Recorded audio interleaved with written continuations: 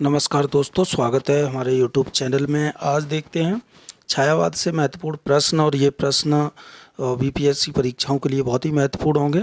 जो 25 जून को एग्ज़ाम है बिहार में, उसके लिए बहुत ही महत्वपूर्ण प्रश्न रहेंगे। और बाकी UP TGT, PGT, LT grade सभी परीक्षाओं के लिए महत्वपूर्ण रहेंगे। तो प्लीज़ वीडियो को पूरा देखें। चैनल को सब्सक्राइब ना किया हो तो चैनल को सब्सक्राइब जरूर करें।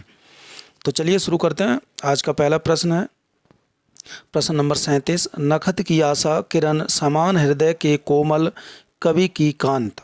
पंक्ति किसकी लिखी हुई है? जयशंकर प्रसाद की, निराला की, सुमित्रानंदन पंत की या महादेवी वर्मा की? तो ये पंक्ति लिखी हुई है ऑप्शन नंबर का जयशंकर प्रसाद की। प्रश्न नंबर 37। लहरें व्योम चूमती उठती, चपलाएं असंख्य नाचती। पंक्ति किस कृति से हैं?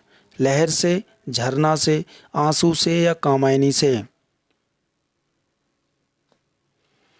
तो लहरें व्योम चूमती उठती, चपलाएं असंख्य नाचती, ये पंक्ति हैं कामायनी से। प्रश्न नंबर 39। कामायनी का प्रकाशन वर्ष क्या है? तो ये कामायनी का प्रकाशन वर्ष है 1935 ईस्वी। प्रश्न नंबर 40।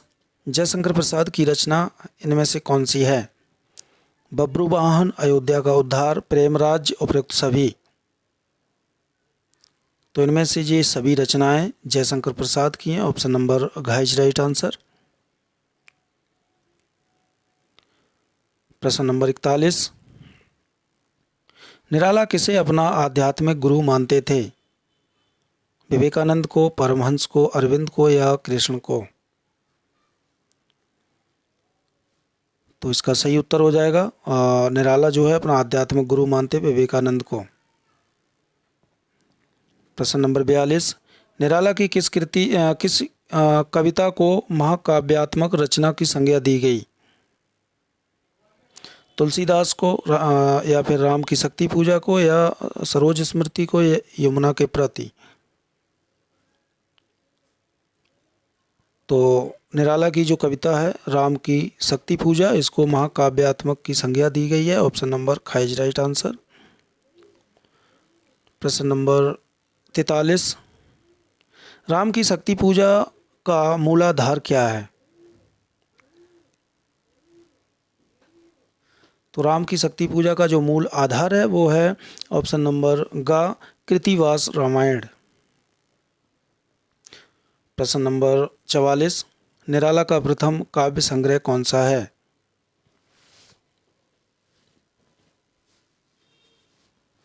तो निराला का प्रथम काव्य संग्रह है ऑप्शन नंबर घ अनामिका। प्रश्न नंबर 45। बादल राग के रचयिता कौन है? तो ये निराला की रचना है। ऑप्शन नंबर ग इज राइट आंसर। अणिमा काव्य किनके द्वारा रचित है? तो अणिमा जो अनामिका, ये भी निराला की है। प्रश्न नंबर 47। महंगू महंगा रहा शीर्षक कविता किसकी है? तो ये भी निराला की है। प्रश्न नंबर 48। आधुनिक हिंदी साहित्य में लंबी कविताओं के लेखन का श्री गणेश किसने किया था? तो ये भी निराला ने किया था। ऑप्शन नंबर ख इज राइट आंसर। प्रश्न नंबर 49। अपराजिता की रचयिता कौन है? तो अपराजिता के रचयिता हैं रामेश्वर शुक्ल अंचल।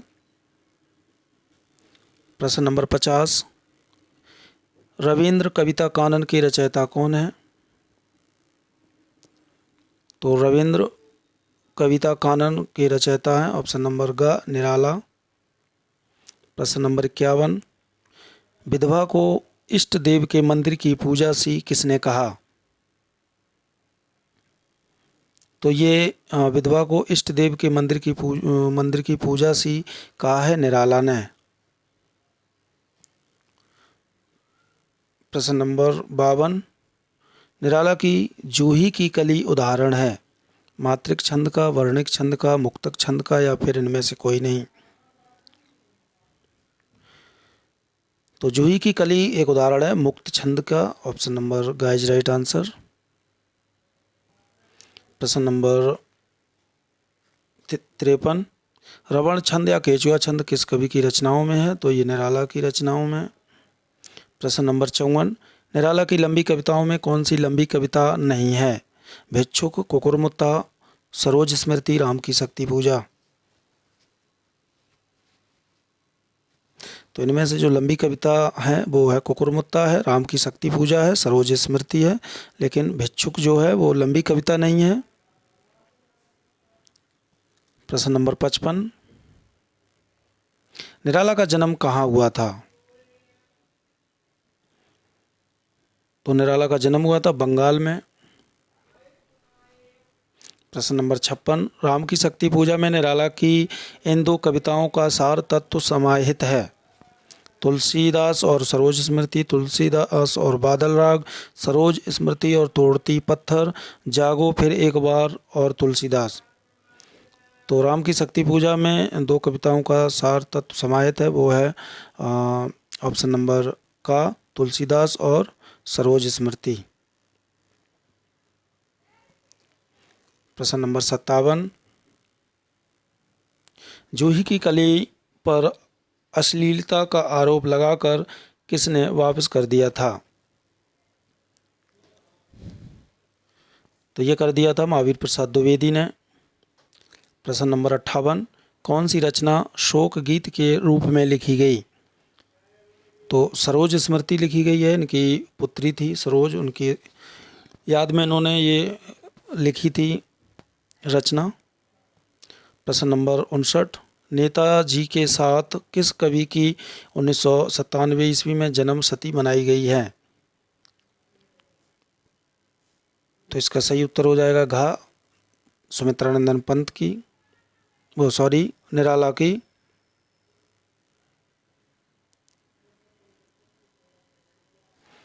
अगला प्रश्न है, सरोज स्मृति 1935 की रचना किसने लिखी है? तो निराला ने। प्रश्न नंबर 61, अनामिका का द्वितीय संस्करण कब निकला था? तो अनामिका का द्वितीय संस्करण आया था 1938 ईस्वी में। प्रश्न नंबर 62, महाराज शिवाजी का पत्र किस कवि की कविता है? तो ये निराला की है। प्रश्न नंबर 63, अस्ताचल रवि जल छल छवि स्तब्ध विश्व कवि जीवन उन्मन मंद पवन बहती सुध रह रहे परिमल की यह कथा पुरातन, कविता का शीर्षक क्या है? तो कविता का शीर्षक है अस्ताचल रवि। प्रश्न नंबर 64,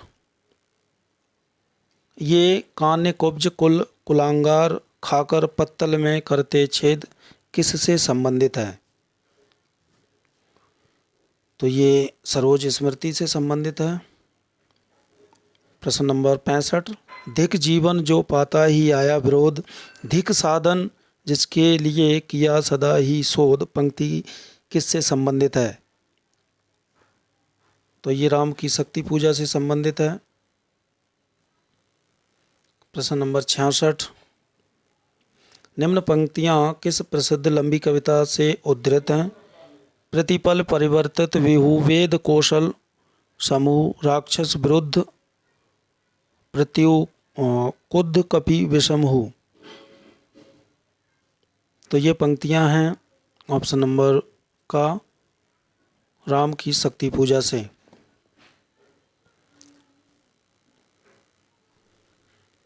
प्रश्न नंबर 67, प्रिय स्वतंत्र रव अमृत मंत्र नव पंक्ति वाली कविता का संबंध है? तो किस कवि की कविता से संबंधित है? तो इसका सही उत्तर हो जाएगा सूर्यकांत त्रिपाठी निराला। प्रश्न नंबर 68, पंचवटी प्रसंग काव्य के रचयिता कौन है? तो पंचवटी ये निराला की रचना है। प्रश्न नंबर 69, किस छायावादी कवि ने संवाद शैली का सर्वाधिक उपयोग किया?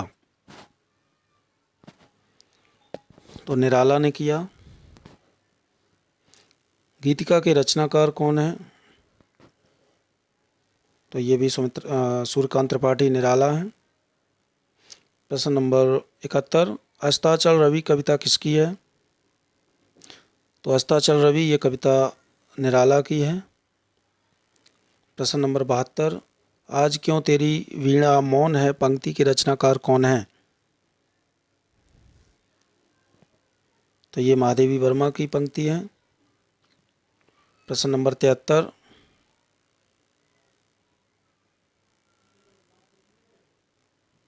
छायावाद की वृत्ति में कौन नहीं है? तो वृत्ति में महादेवी वर्मा नहीं है, ये लघुत्तरी में है। प्रश्न नंबर 74, मैं नीर भरी दुख की बदरी भक्ति किसकी है? वो पंक्ति किसकी है? तो ये महादेवी वर्मा की है। प्रश्न नंबर 75, महादेवी वर्मा के काव्य ग्रंथ निहार की भूमिका किसने लिखी? तो ये हरिऔध ने लिखी है। ऑप्शन नंबर का इज राइट आंसर। तो ये थे महत्वपूर्ण छायावाद से महत्वपूर्ण प्रश्न। ये प्रश्न बहुत ही इंपॉर्टेंट रहेंगे और जो है आप लोग वीडियो को शेयर ज़रूर करें। चैनल को सब्सक्राइब ना किया तो चैनल को सब्सक्राइब ज़रूर करें।